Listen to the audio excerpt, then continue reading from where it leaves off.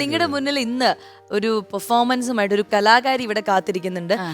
പാട്ടുകാരിയാണ്, ഒരു അധ്യാപികയാണ്. അപ്പോൾ നമുക്ക് എന്തായാലും അവരുടെ പെർഫോമൻസും അവരുടെ വിശേഷങ്ങളും ഒക്കെ ഒന്ന് കേൾക്കാം, കാണാം അല്ലെ? യെസ്. വളരെയധികം സ്നേഹത്തോടെ നമ്മുടെ റെഡ് കാർപ്പറ്റിന്റെ വേദിയിലേക്ക് സ്വാഗതം ചെയ്യാം ഡോക്ടർ അമ്പിളി ശ്രീനിവാസ്.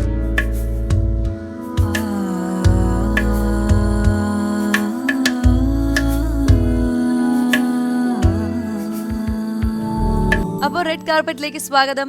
അപ്പോ ഇതും ഒരു ടീച്ചറാണ്, ഇതും ഒരു ടീച്ചറാണ്. രണ്ട് ടീച്ചർമാരും ഈ വേദിയിൽ എത്തിയിരിക്കുകയാണ്. നിങ്ങൾ തമ്മിൽ മുൻപ് പരിചയമുണ്ടെന്ന് ഞങ്ങളെ പരിചയപ്പെടുത്തുന്നതന്നെ ഈ സംഗീതം എന്നുള്ള ഫീൽഡ് തന്നെയാണ്. ഞാൻ ആകാശവാണിയിലും ദൂരദർശനിലും ഗ്രേഡഡ് ആർട്ടിസ്റ്റ് ആണ്. അപ്പം ഗോപൻ ചേട്ടൻ്റെ കൂടെ പാടിയിട്ടുണ്ട് കോഴിക്കോട് ആകാശവാണിയിൽ നിന്ന്. ലതിക ചേച്ചി പിന്നെ നമുക്ക് പണ്ടേ അറിയാലോ അല്ലേ? അല്ല, ഞാൻ അങ്ങനെ നേരിട്ട് പരിചയപ്പെട്ടിട്ടില്ല. ഇല്ല. പിന്നെ അതായത് ഭിന്നശേഷിയുള്ള കുട്ടികളെ പഠിപ്പിക്കുക, അവരെ പഠിപ്പിക്കുക എന്നുള്ളത് ഒരു ബുദ്ധിമുട്ടുള്ള ഒരു കാര്യം തന്നെയാണ്. അപ്പൊ എങ്ങനെയാണ് ആ ഒരു മേഖലയിലേക്ക് തെരഞ്ഞെടുത്തത്? ആ ഒരു മേഖല അത് ഞാൻ ഡിഗ്രി കഴിഞ്ഞ് റെഗുലർ BEd എടുക്കുന്നതിന് മുമ്പേ എനിക്ക് സ്പെഷ്യൽ BEd ചെയ്യണമെന്നൊരു ആഗ്രഹം, ഞാൻ പത്രത്തിൽ ഇങ്ങനെ ഒരു പരസ്യം കണ്ടു. അപ്പം എനിക്ക് തോന്നി അതൊന്ന് സെലക്ട് ചെയ്താൽ കൊള്ളാം. അങ്ങനെ ഒരു എന്താ പറയുക, ദൈവനിമിത്തം പോലെയാണ് എനിക്ക് തോന്നിയിട്ടുള്ളത്. അങ്ങനെ എനിക്കൊരു ആഗ്രഹം തോന്നിയപ്പം ശരി, ഇങ്ങനെ ആയിരിക്കും, ഇതായിരിക്കും എൻ്റെ ഒരു റൂട്ടെന്ന് മനസ്സിലാക്കിയിട്ട് ഞാൻ അതിൽ ചേർന്നു, പഠിച്ചു. അത് ചെന്നപ്പോഴാണ് ഇങ്ങനെയൊരു മേഖല, ഇങ്ങനെ കുട്ടികൾ അവരുടെ ഓരോരോ പ്രശ്നങ്ങളും അവരുടെ രക്ഷിതാക്കളുടെ പ്രശ്നങ്ങളും ഒക്കെ അറിയുന്നത്. പിന്നെ അത് കഴിഞ്ഞ ഉടനെ തന്നെ നമ്മുടെ സർക്കാർ വിദ്യാലയങ്ങളിൽ ഈ ഭിന്നശേഷി കുട്ടികളെ പഠിപ്പിക്കാനും അവരെ സമൂഹത്തിൻ്റെ മുഖ്യധാരയിലേക്ക് എത്തിക്കാനും ഒരു പോസ്റ്റ്, ഞങ്ങളുടെ ഒരു സ്പെഷ്യൽ എഡ്യൂക്കേറ്റർ പോസ്റ്റ് വരുന്നത്. അപ്പോൾ അന്ന് തുടങ്ങി കേരളത്തിൽ ആദ്യമായിട്ട് ആ പോസ്റ്റ് തുടങ്ങിയ ആ കാലം തൊട്ട് ഇപ്പോൾ ഈ ഫീൽഡിൽ തന്നെയാണ് വർക്ക് ചെയ്യുന്നത്. ഇതിൻ്റെ ഇടയ്ക്ക് പല ഓഫേഴ്സും പാട്ടിലും ഒക്കെ വന്നിരുന്നു. പക്ഷേ എനിക്കെന്തോ ഇവിടെ നിന്ന് ഇതിൽ നിന്ന് വിടാൻ തോന്നില്ല. ഇത് കൂടെ തന്നെ കൊണ്ടുപോയിട്ട് പാട്ടും ഒക്കെ കൊണ്ടുപോകണമെന്നാണ്.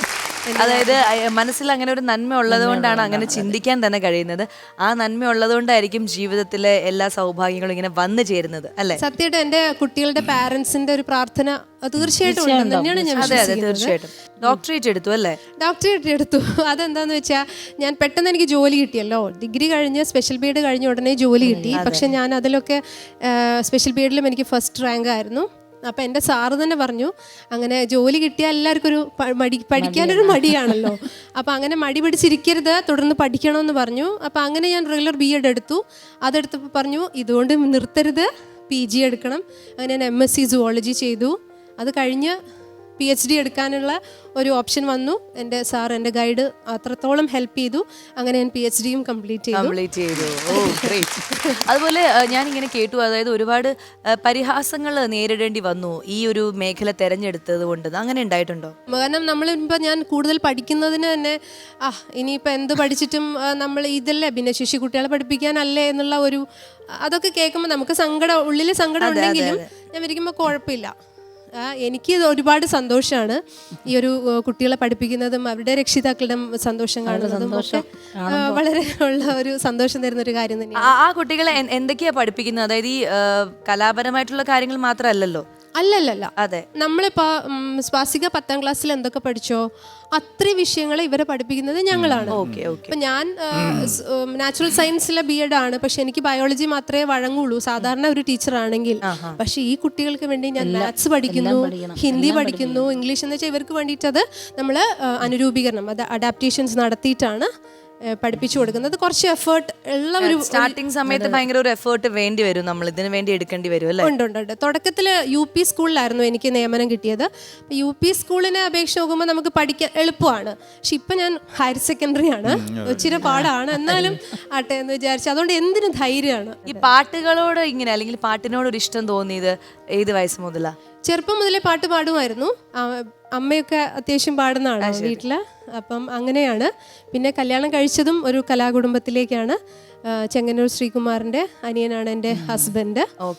അപ്പം അതുകൊണ്ട് തന്നെ കല്യാണം കഴിച്ച് പോയ വീട്ടിലേക്കും എത്തിയപ്പോഴും സപ്പോർട്ടാണ് തീർച്ചയായും. അതിന്റെ ഇടയിൽ ആങ്കറിങ്, അഭിനയം, അങ്ങനെ ചില കാര്യങ്ങളൊക്കെ ലൈഫിൽ വന്നു അല്ലേ? ഉണ്ട്. കാരണം ഞാൻ പറഞ്ഞില്ലേ, ജോലി നിന്ന് വിടാൻ എനിക്ക് തോന്നിയില്ല. അപ്പൊ പാട്ട് നമ്മൾ ഗാനമേളയ്ക്കൊക്കെ പോവുകയാണെങ്കിൽ അസമയത്താണ് നമ്മൾ തിരിച്ച് വീട്ടിലെത്തുക. അതെ. അപ്പം നമ്മൾ ജോലിക്ക് അത് പറ്റില്ല.